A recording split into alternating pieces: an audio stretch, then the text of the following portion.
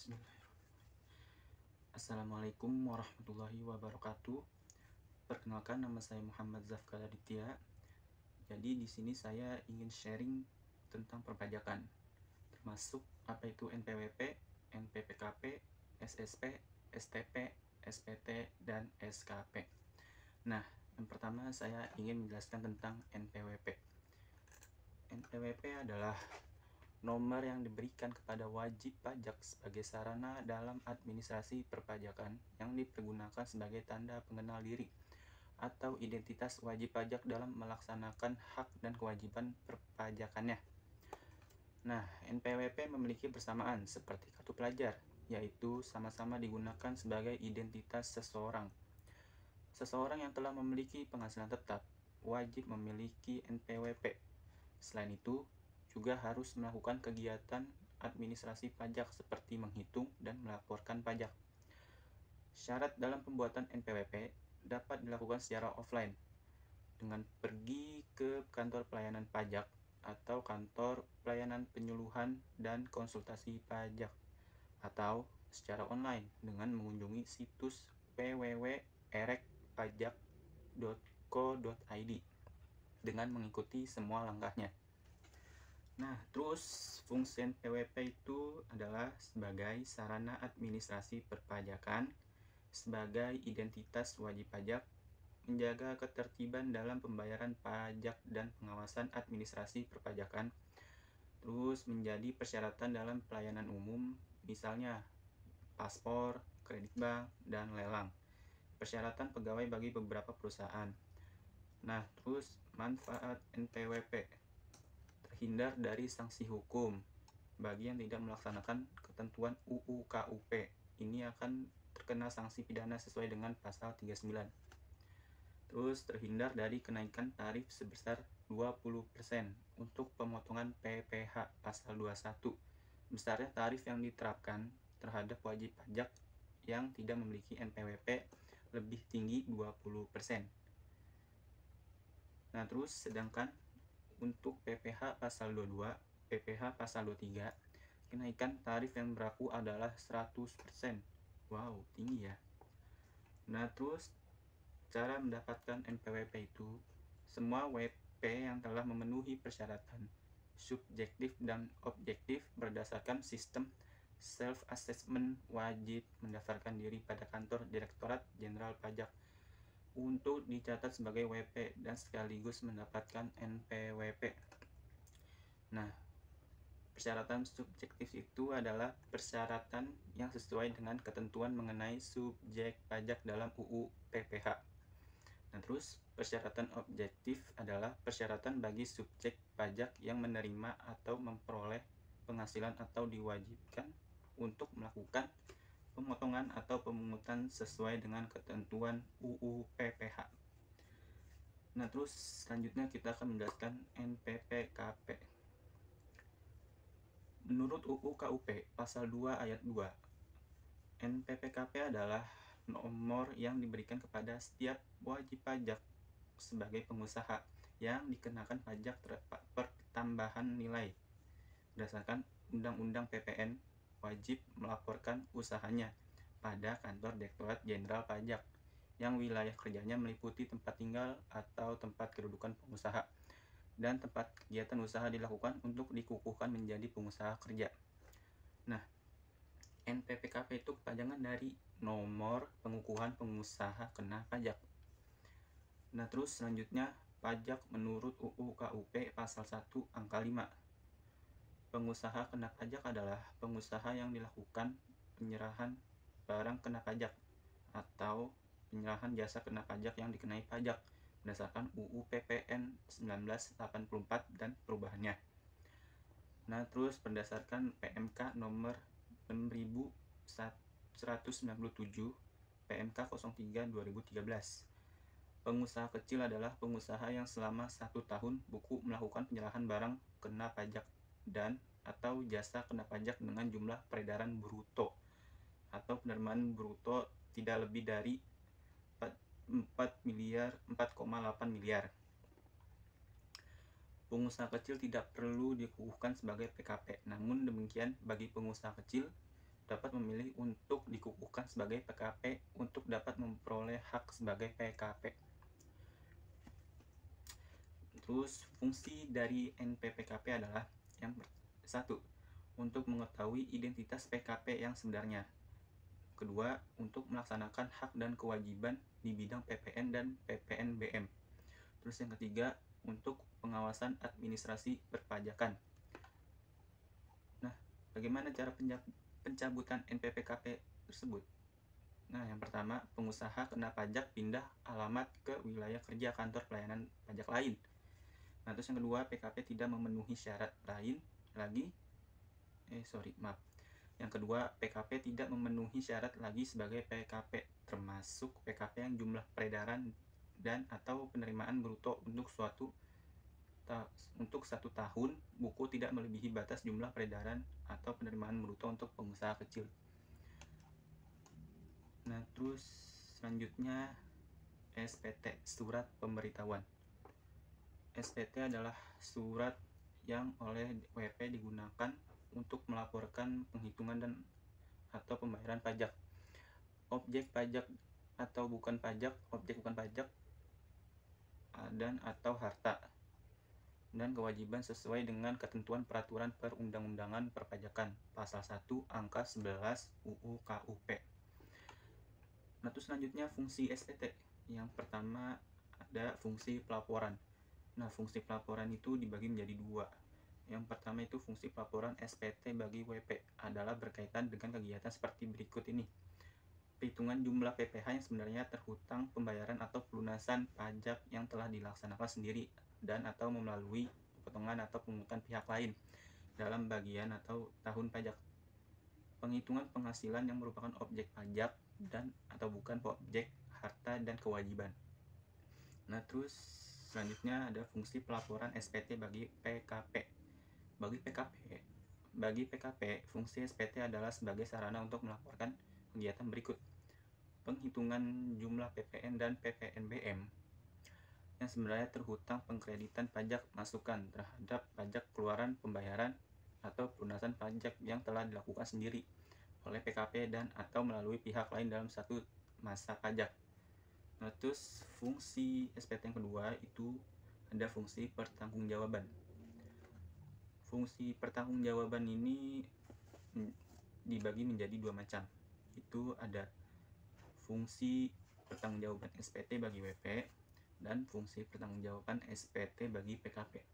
Nah, fungsi pertanggungjawaban SPT bagi WP itu adalah atas pembayaran dari kegiatan pemotongan atau pemungutan PPh yang dilakukannya terhadap PPh OP atau badan lain dalam satu masa pajak. Nah, terus fungsi pertanggungjawaban SPT bagi PKP adalah sebagai pemotong atau pemungut pajak. Fungsi SPT adalah sarana untuk mempertanggungjawabkan pajak yang telah dipotong atau dipungut oleh dan disetorkannya. Nah, terus selanjutnya kita akan membahas SKP, surat ketetapan pajak. Menurut Undang-Undang KUP Nomor 16 Tahun 2009, Pasal 1 huruf 15 mendefinisikan surat ketetapan pajak sebagai berikut. SKP adalah surat ketetapan yang meliputi surat ketetapan pajak kurang bayar, surat ketetapan pajak kurang bayar tambahan, surat ketetapan pajak nihil, dan surat ketetapan pajak lebih bayar. Surat ketetapan pajak dapat diterbitkan karena berdasarkan pemeriksaan atau penelitian atas data WP bahwa pajak yang dihitung atau dilaporkan dalam SPT tidak benar, sehingga masih terdapat 1. Pajak yang tidak atau kurang dibayar. Yang kedua, pajak yang tidak atau kurang dipotong atau dipungut. Nah, terus kemudian macam-macam surat ketetapan pajak.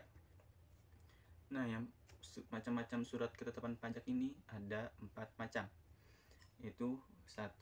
Surat ketetapan pajak kurang bayar. Surat ketetapan ini diterbitkan ketika terdapat kurang bayar atas pajak yang dikenakan. Selain itu, juga disertai sanksi administratif berupa denda. Nah, terus yang kedua, surat ketetapan pajak kurang bayar tambahan. Setelah wajib pajak melaporkan SKP dan ternyata pada tahun pajak berikutnya dilakukan pemeriksaan ternyata terdapat kesalahan perhitungan pajak, maka SKP ini akan diterbitkan. Batas penyampaian SKP KBT adalah 10 tahun. Lama. Terus nomor 3 ada surat ketetapan pajak lebih bayar. Surat yang diterbitkan bila terdapat kelebihan pembayaran pajak dalam masa pajak tersebut. Kelebihan ini dapat diminta kembali atau digunakan untuk kredit pajak tahun berikutnya. Terus nomor 4 ada surat ketetapan pajak nihil. SKP dinyatakan nihil apabila pajak terutang telah dilunasi dan tidak terdapat kredit pajak atau kekurangan pajak. Nah, terus selanjutnya membahas tentang STP, surat tagihan pajak.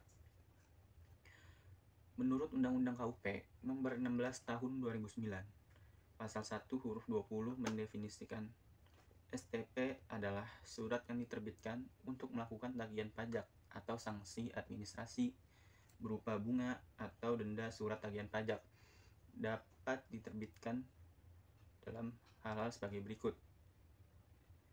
1. Apabila PPh dalam tahun berjalan tidak atau kurang dibayar.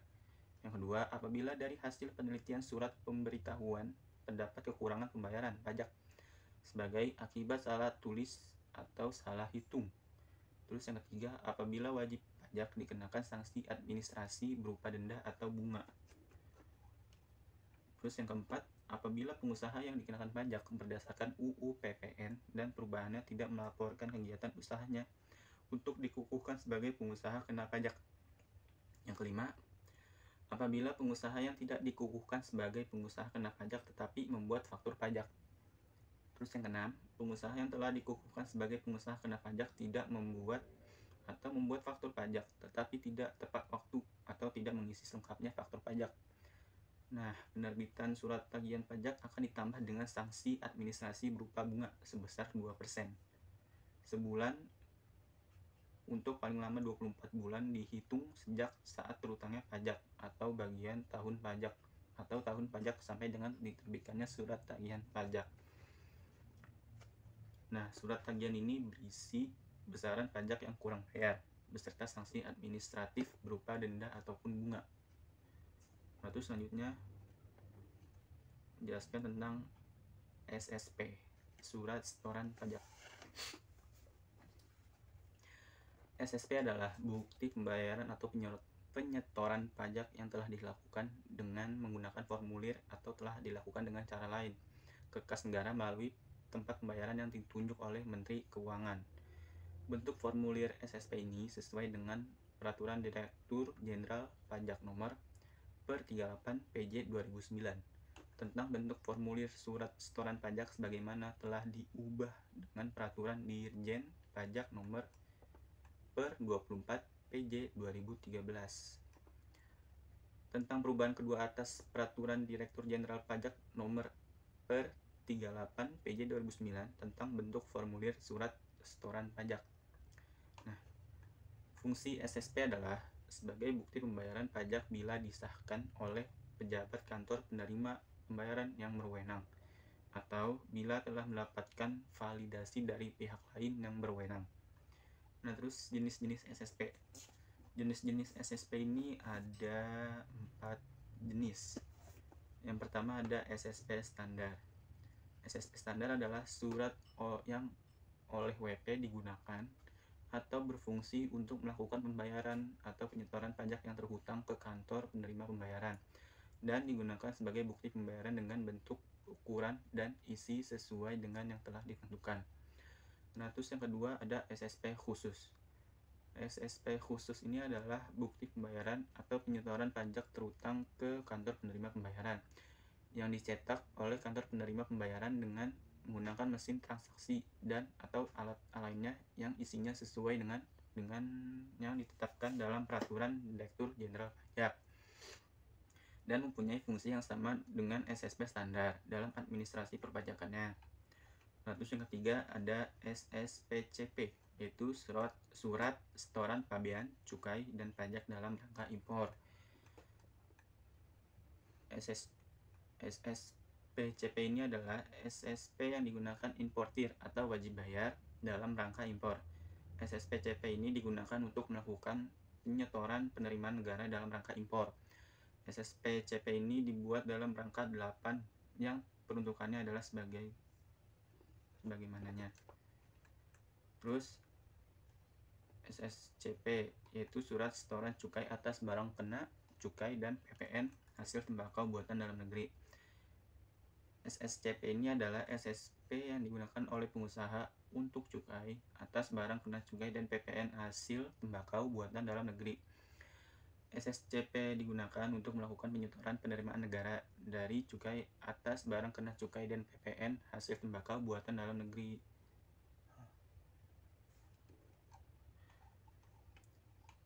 Nah, terus selanjutnya, apa itu pemeriksaan dan penyidikan?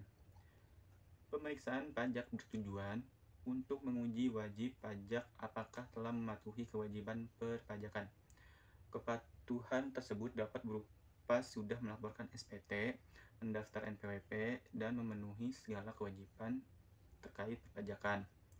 Pemeriksaan dapat dilakukan dengan mengumpulkan dokumen-dokumen, memberikan keterangan baik lisan maupun tulisan, menyegel ruangan yang akan diperiksa.